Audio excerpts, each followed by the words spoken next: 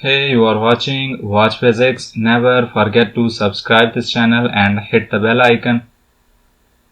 In this video, we are explaining a very important topic of class 11th physics, which is terminal velocity. इस video में हम terminal velocity को explain करेंगे. Explanation से पहले सबसे पहले हम इसको डिफाइन करते हैं. What is meant by terminal velocity. Definition से पहले आप ये चीज़ अंडरस्टैंड करें कि अगर कोई पर्टिकुलर पर्सन बिना किसी सपोर्ट के पैराशूट के ऊपर से नीचे की तरफ फॉल करता है तो उसका सफ़र यकीनन ऊपर से नीचे की तरफ नहीं, डायरेक्ट हेवन की तरफ है.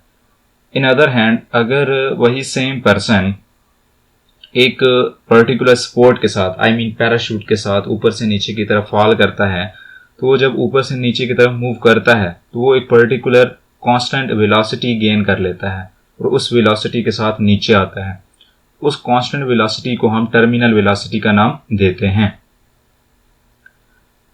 When the drag force is equal to the weight of falling body, कि जब एक बॉडी ऊपर से नीचे जो आ रही है उसका वेट और ड्रैग फोर्स दोनों इक्वल हो जाएं तो हमारे पास जो वेलोसिटी होती है उसको हम टर्मिनल वेलोसिटी कहते हैं. क्लियर. अब हम मूव करते हैं इसकी एक्सप्लेनेशन की तरफ. Consider a water droplet such as the fog falling vertically. Suppose करें कि बारिश हो रही है और बारिश के जो ड्रॉपलेट्स हैं वो ऊपर से नीचे की तरफ मूव कर रहे हैं और उन ड्रॉपलेट्स में से आप एक ड्रॉपलेट सपोज करें और उसके ऊपर जो एक्ट होने वाली नेट फोर्स है वो इक्वल होती है net force is equal to weight minus F D. यहाँ पे जो एफ डी है वो ड्रैग फोर्स को रिप्रेजेंट करता है. हमने एक ड्रॉपलेट को सपोज किया और उसका जो वेट है वो इक्वल होता है एम जी के इक्वल. क्लियर.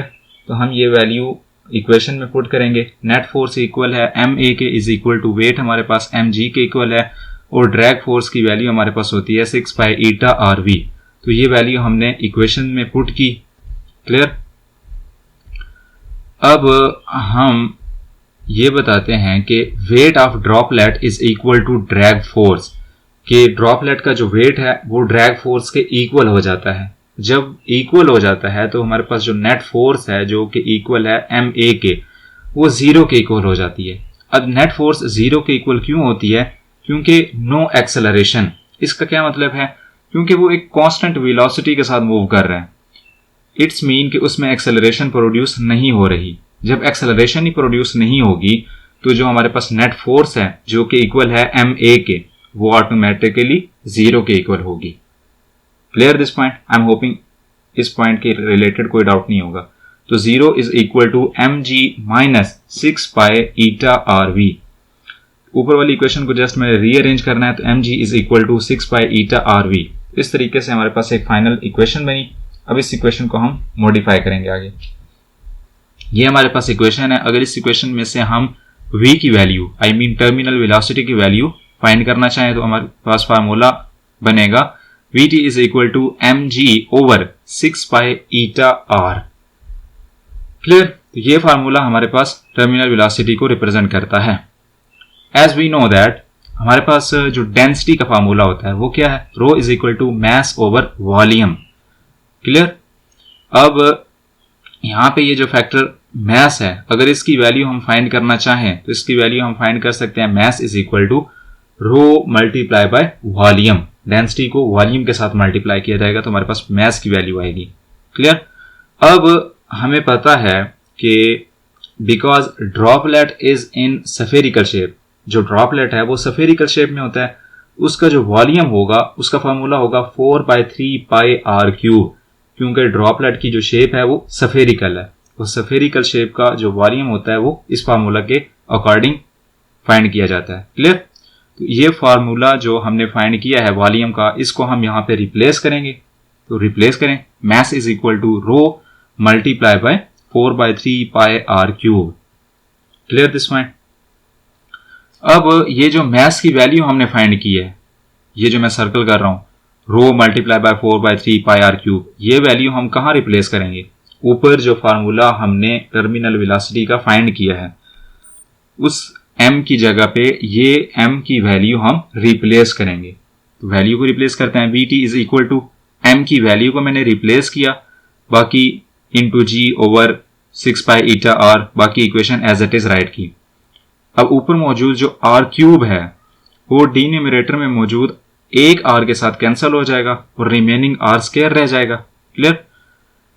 सिमिलरली आपके पास जो फैक्टर पाई है ऊपर न्यूमरेटर में मौजूद पाई के साथ कैंसिल आउट हो जाएगी। क्लियर। मैं इक्वेशन को सिंप्लीफाई कर रहा हूं और आपके पास ये जो फैक्टर 3 है ये डिनोमिनेटर में मौजूद फैक्टर 6 के साथ मल्टीप्लाई हो जाएगा। इस तरीके से आप इक्वेशन को सिंप्लीफाई करेंगे और आपके पास इस टाइप की इक्वेशन बन जाएगी, vt is equal to rho multiply by 4r cube R square into ji over 18 eta. अब हमारे पास यहाँ पे ये जो फैक्टर 18 है और ऊपर मौजूद फैक्टर 4 है ये दोनों 2 पे डिवाइड होते हैं, तो हम इन दोनों फैक्टर्स को 2 पे डिवाइड करेंगे और इस इक्वेशन को सिंप्लीफाई करेंगे। क्लियर। तो आपके पास इक्वेशन बन जाएगी vt is equal to 2r square rho into g over 9 eta। Clear. आपके पास एक और टर्मिनल वेलोसिटी का फार्मूला आ गया। अब यहां तक हमने क्या किया है, वी कैलकुलेटेड 2 रिजल्ट्स। यहां तक हमने 2 रिजल्ट फाइंड किए हैं टर्मिनल वेलोसिटी के। एक रिजल्ट आपके पास है vt is equal to mg over 6 pi eta r। Clear. और दूसरा रिजल्ट आपके पास है, हमने m की वैल्यू को रिप्लेस करके जो फाइंड किया था 2r स्क्वायर रो इंटू जी ओवर 9 ईटा। ये 2 रिजल्ट हमने फाइंड किए हैं। अब 2 रिजल्ट कहां कहां पे यूज होंगे इस चीज को हम एक्सप्लेन करते हैं। तो if the mass is constant then terminal velocity shows inverse relation with radius. अगर मास आपके पास कांस्टेंट हो तो टर्मिनल वेलोसिटी जो है वो रेडियस के साथ इनवर्स रिलेशन शो करती है। मास कांस्टेंट हो तो इस केस में आपने ये जो फार्मूला है जिसमें मास फैक्टर मेंशन है ये वाला फार्मूला आपने यूज करना है अगर मास कांस्टेंट है। क्लियर। सिमिलरली दूसरे फार्मूले को एक्सप्लेन करते हैं। If the density is constant then terminal velocity shows direct relation with radius. अगर हमारे पास डेंसिटी कांस्टेंट हो तो टर्मिनल वेलोसिटी रेडियस के साथ डायरेक्ट रिलेशन शो करता है।